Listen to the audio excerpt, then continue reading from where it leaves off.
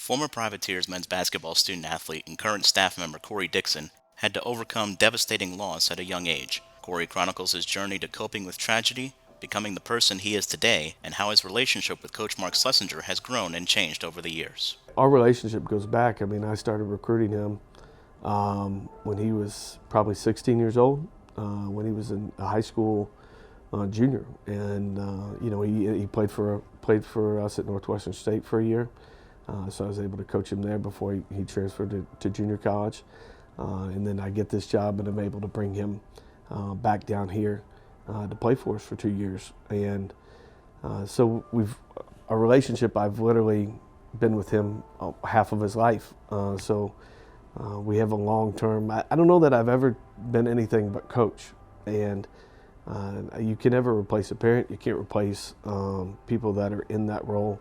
And I think understanding me as his coach or mentor, that I just have to do that job the best I can. And sometimes, thankfully in this job, as you look at it as a ministry and you look at it as doing God's will and doing the things that you think you're supposed to do with your life, opportunities avail themselves to talk about more than basketball, whether that is, whether you're talking about money, life experiences, relationships, faith, academics. There's just opportunities.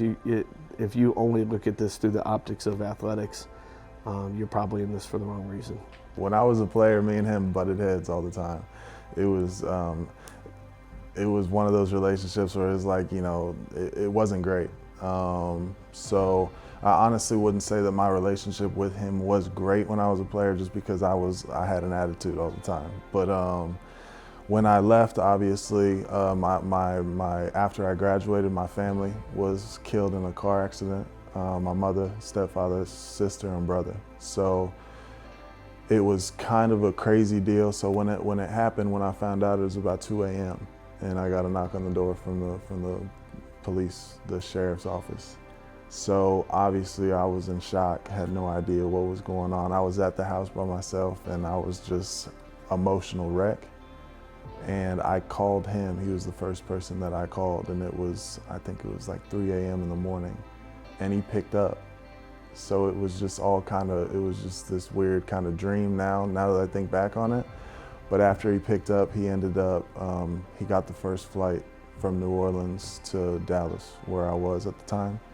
And he was on my doorstep, knocking at my door at, I think it was like 7:30 in the morning. So I had called him like 4 hours earlier, and he had showed up at my door. So he had a connection with my mom. My mom was very involved in my life and in my schooling when I was here. Obviously, she needed to check up on me.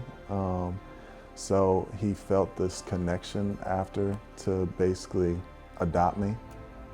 So yeah, I mean, I consider him, my adopted father for sure. He's my godfather. I call him my godfather. And then, his children call me Uncle Cory. So yeah, we definitely have a very strong bond right now. I work with kids that have gone through tragedy and things like that, but I just feel like with my life and what I've been through, it would be a disservice to not help people that have been through what I've been through, because life's already hard enough. It's people are just trying to figure life out. They're just trying to navigate it, and sometimes they need somebody to help them through the dark times and to figure out where they're supposed to go. So that's what I try and do here. And I think I do an okay job of it. The guys, they relate to me a little bit. I had a mentor tell me one time, actually, that you'll know when the players look up to you when they ask you the hard questions. So I think that I get that out of them.